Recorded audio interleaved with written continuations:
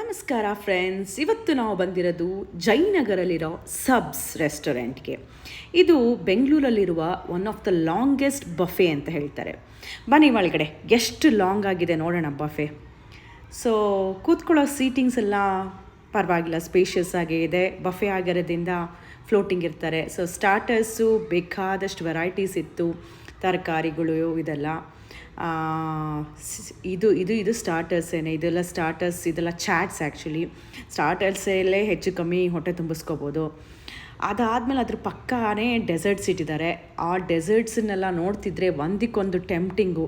Fruits, healthy desserts ಇದೆ, ಆಮೇಲೆ as usual junk desert ಇದೆ. ನೋಡಿ, ಜಿಲೇಬಿ ಅಂತೂ ಸಕ್ಕತ್ತಾಗಿದೆ, ಒಳ್ಳೆ ಕ್ರಿಸ್ಪಿಯಾಗಿ.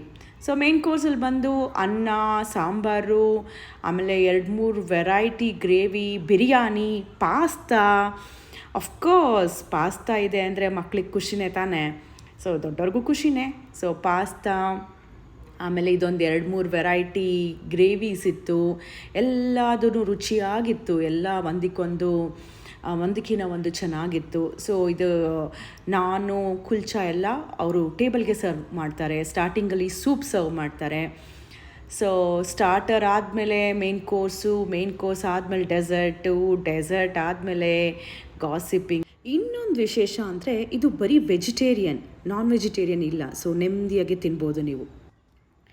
ಆಬ್ವಿಯಸ್ಲಿ ಇಷ್ಟನ್ನೆಲ್ಲ ಎಂಜಾಯ್ ಮಾಡಬೇಕು ಅಂದರೆ ಪುರ್ಸೊತ್ತಾಗಿ ಬರಬೇಕು. ಆರಾಮಾಗಿ ಪುರ್ಸೊತ್ತಾಗಿ ಬಂದು ಕೂತ್ಕೊಂಡು ಒಂದೊಂದೇ ಐಟಮ್ನ ಚೆನ್ನಾಗಿ ಸವಿತಾ ಮಜಾ ಮಾಡಿ